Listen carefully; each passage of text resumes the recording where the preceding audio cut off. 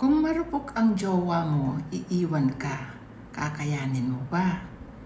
Kung balak mong mag-law school, panoorin mo ang video na ito hanggang dulo. May mga bagay na dapat mong isipin kung mag-law school ka. Una, time. Ang law school is much more than a nagging wife. Kahit ayaw mong magbasa, pipilitin ka. Lahat ng time mo nakatuon sa pagbabasa.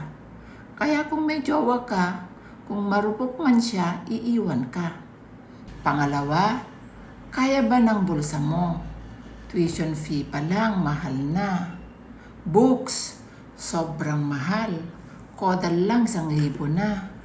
How much more yung mga annotated books? 2,000 kada isa.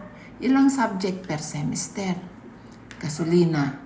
Magkano ang gastos mo pag pumasok ka sa school? Other expenses, inire-require ng prof para sa mga law students ang mga school activities na wala na sa budget mo. T-shirts, fun run at kung ano-ano pa, tree planting. Pangatlo, dapat dati ka nang mahilig magbasa.